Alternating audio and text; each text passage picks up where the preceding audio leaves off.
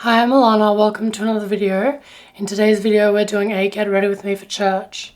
So, I want to start with this book recommendation.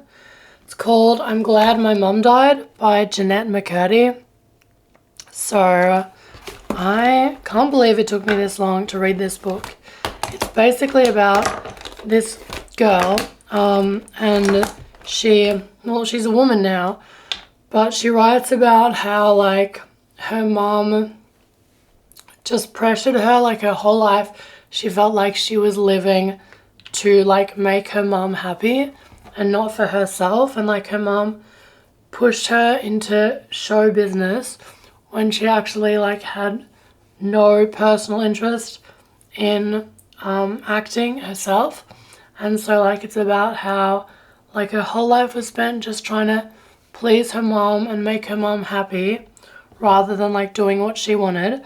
And so it's about how, relieved she was when her mom died. Even though she actually, really loves her mom, it's about, the relief when her mom died of that pressure to, be the perfect person who her mom wanted her to be. So it's a New York Times, #1 New York Times bestseller, and it's a memoir. So really recommend that book.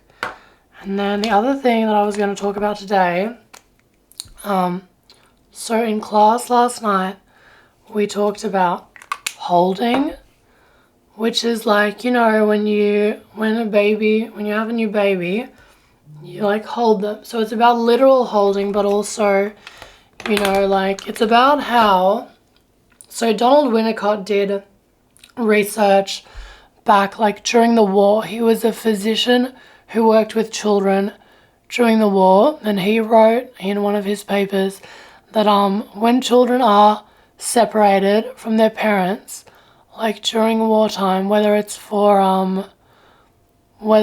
because the parents are going off to war, or because for the children's own safety, if they are younger than 3, it's actually really psychologically damaging for the children to be removed from their parents, separated from their parents for an extended period of time, because if the child is younger than 3, they are not yet able to conceptualize that the parent continues to exist. So they think if they're younger than 3, then they think that if they're separated for a long period of time, they think the parent's gone forever.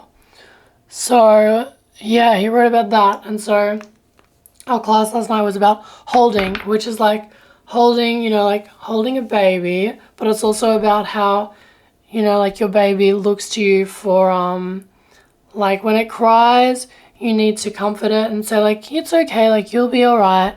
And so, an infant actually needs that kind of, holding, to be able to, know that they will be all right later in life.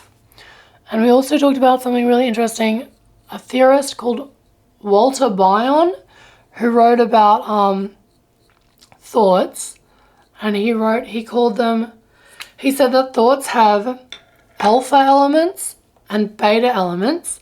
And so he said that thoughts with beta elements are thoughts that are basically psychotic thoughts that can't be joined into a chain of thinking and are kind of meaningless and unhelpful and unproductive. So that's beta thoughts.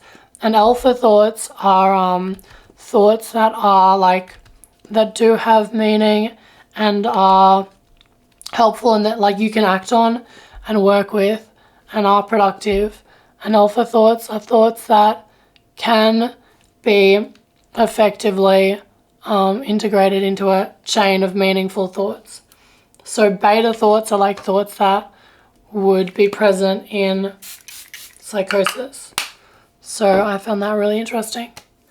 Thank you for getting ready with me for church today. You're beautiful, you're perfect, I love you, God bless you. If you're new, don't forget to like and subscribe to my channel.